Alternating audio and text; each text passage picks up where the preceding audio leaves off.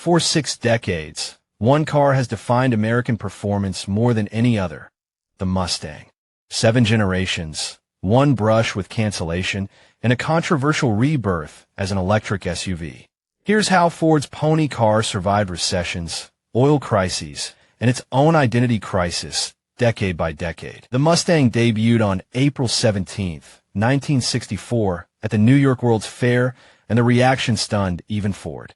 Framed as an affordable sports car built on humble Falcon underpinnings, it let buyers choose everything from a thrifty 6-cylinder to a snarling V8. Dealers were overwhelmed, with crowds mobbing showrooms just to see it up close. Ford sold over 22,000 units on the very first day alone, and more than 400,000 within the first year, smashing every internal sales projection. It was cheap enough for a young secretary, yet sporty enough to feel like a status symbol, and that combination created an entirely new market segment overnight: the pony car. By 1967, the original Mustang was already growing up. Ford widened the body and lengthened the hood to finally fit a big block V8, answering competition from the new Chevrolet Camaro. The GT390 Fastback became the era's signature model, cementing its legend a year later when a dark green 1968 GT390 chased a Dodge Charger through the hills of San Francisco in the film Bullitt. That single car chase did more for the Mustang's image than any advertising campaign could have, turning it from a popular commuter car into a genuine cultural icon of American cool. Success has a way of encouraging excess, and by the early 70s, the Mustang had ballooned. The 1971 through 1973 models were the longest, widest, and heaviest yet, a far cry from the trim original. Stricter emissions rules were quietly strangling engine output at the same time, so even the biggest V8s felt noticeably tamer than before. Sales slipped as buyers began looking elsewhere, and with a global oil shock looming just around the corner, Ford's engineers were already sketching something completely different. That something was the Mustang II, launched in 1974, just as the oil crisis sent gas prices soaring and buyers into panic. Built on the compact Pinto platform, it was smaller, lighter, and far more fuel efficient than anything before it, and the timing turned out to be perfect. Ford sold nearly 385,000 units in its very first year, a genuine sales triumph. Purists were far less forgiving, mocking its lack of a V8 in the earliest models and its shared bones with an economy car. History has judged it more kindly than critics did at the time. The Mustang II arguably saved the nameplate from being canceled entirely. 1979 brought the Fox body, a lighter, more modern platform shared with the Fairmont sedan. But the timing was brutal. Tightening emissions and safety regulations had strangled American V8s to their weakest point in decades, with some Mustangs producing barely more than 100 horsepower. For a nameplate built on performance, it was an identity crisis.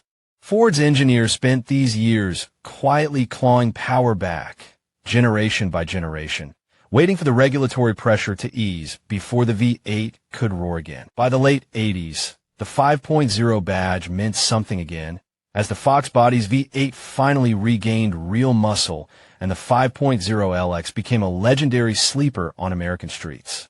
But behind the scenes, Ford came dangerously close to killing the Mustang altogether, planning to replace it with a front-wheel drive coupe based on a Mazda platform.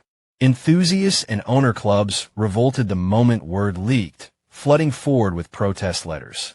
Ford backed down, kept the traditional rear-wheel drive Mustang alive, and sold a Mazda-based car separately as the Probe instead. Saved from cancellation, the Mustang re-emerged in 1994 as an entirely new design, the first full redesign in 15 years. Ford stylists deliberately reached back to the 60s for inspiration, softening the sharp Fox body edges into curved fenders and a galloping horse grille that fans instantly recognized. A 1999 mid-cycle refresh, nicknamed New Edge, sharpened the design further while keeping that retro spirit alive.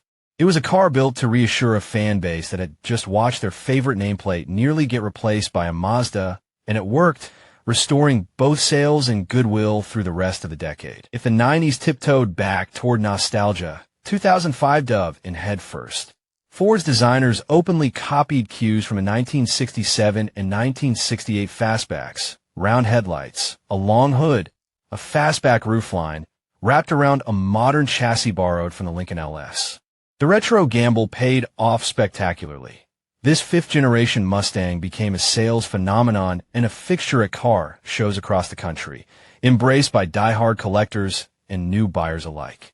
A revived Shelby GT 500 arrived soon after with genuine supercar baiting power, and by the end of this generation the Mustang had firmly re-established itself as the emotional heart of the entire pony car segment. The sixth generation arrived in 2015 with the Mustang's first fully independent rear suspension, finally trading old-school handling quirks for genuine modern sports car composure.